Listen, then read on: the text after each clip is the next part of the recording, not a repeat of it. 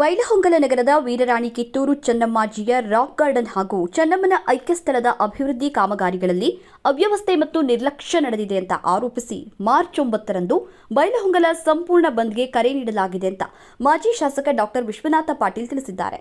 ನಗರದ ವಿದ್ಯಾನಗರದಲ್ಲಿ ಇರುವಂತಹ ತಮ್ಮ ಗೃಹ ಕಚೇರಿಯಲ್ಲಿ ಭಾನುವಾರ ಸುದ್ದಿಗೋಷ್ಠಿ ನಡೆಸಿ ಮಾತನಾಡಿದಂತಹ ಅವರು ಸುಮಾರು 5 ಕೋಟಿ ರೂಪಾಯಿ ವೆಚ್ಚದ ರಾಕ್ ಗಾರ್ಡನ್ ನಿರ್ಮಾಣ ಮತ್ತು ಐಕ್ಯ ಸ್ಥಳದ ಅಭಿವೃದ್ಧಿ ಕಾಮಗಾರಿಗಳು ಸಮರ್ಪಕವಾಗಿ ನಡೆದಿಲ್ಲ, 1 ಕೋಟಿಯೂ ಸರಿಯಾಗಿ ಖರ್ಚಾಗಿಲ್ಲ ಎನ್ನುವಂತಹ ಅನುಮಾನವನ್ನ ವ್ಯಕ್ತಪಡಿಸಿದರು.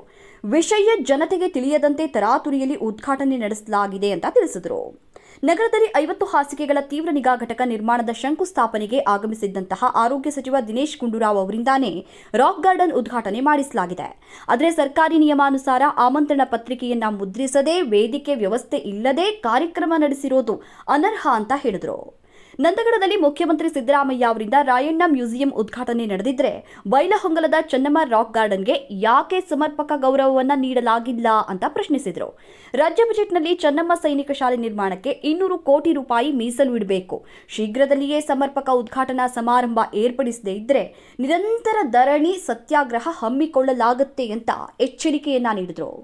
ನಗರದ ಮಿನಿ ವಿಧಾನಸೌಧದ ಎದುರಿನ ಬಸವ ಉದ್ಯಾನದಲ್ಲಿ ಬಸವಣ್ಣನವರ ಕಂಚಿನ ಅಶ್ವಾರೂಢ ಪ್ರತಿಮೆ ಪ್ರತಿಷ್ಠಾಪಿಸುವಂತೆ ಒತ್ತಾಯಿಸಿ ಅದೇನಾದರೂ ಆಗದೇ ಇದ್ರೆ ಉಗ್ರ ಹೋರಾಟವನ್ನು ನಡೆಸಲಾಗುತ್ತೆ ಅಂತ ಹೇಳಿದರು.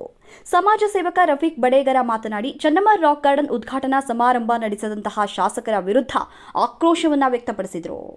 ಈ ಸಂದರ್ಭದಲ್ಲಿ ಶ್ರೀಶೈಲ ಯಡಲಿ, ಶಿವಾನಂದ ಕೋಲಕಾರ, ಮಡಿವಾಳಪ್ಪ ಹೋಟಿ, ಬಾಳನಗೌಡ ಪಾಟೀಲ, ರಿತೇಶ್ ಪಾಟೀಲ, ವಿಶಾಲ ಬೋಗೂರ, ಮಡಿವಾಳಪ್ಪ ಚಿಕ್ಕೊಪ್ಪ, ಬಸವರಾಜ ನೇಸರಗಿ ಸೇರಿದಂತೆ ಅನೇಕರು ಉಪಸ್ಥಿತರಿದ್ದರು. ಬಂದ್ ವೇಳೆ ಅಗತ್ಯ ಸೇವೆಗಳು ಮುಂದುವರಿಕೆ, ಪಿಯುಸಿ ಪರೀಕ್ಷೆ ಹಿನ್ನೆಲೆಯಲ್ಲಿ ಬಸ್ ಸಂಚಾರ ಇರುತ್ತೆ. ಆದರೆ ಅಂಗಡಿ ಮುಂಗಟ್ಟುಗಳು, ಸರ್ಕಾರಿ ಕಚೇರಿಗಳು ಹಾಗೂ ಸಂಘ ಸಂಸ್ಥೆಗಳು ಸಂಪೂರ್ಣವಾಗಿ ಬಂದ್ ಅನ್ನು ಪಾಲಿಸಲಿವೆ. ಚೆನ್ನಮ್ಮಾಜಿ ಅಭಿಮಾನಿಗಳು ಹಾಗೂ ಸಾರ್ವಜನಿಕರು ಹೆಚ್ಚಿನ ಸಂಖ್ಯೆಯಲ್ಲಿ ಭಾಗವಹಿಸುವಂತೆ ಮನವಿ ಮಾಡಲಾಗಿದೆ ಅಂತ ಡಾಕ್ಟರ್ ವಿಶ್ವನಾಥ ಪಾಟೀಲ್ ತಿಳಿಸಿದ್ದಾರೆ.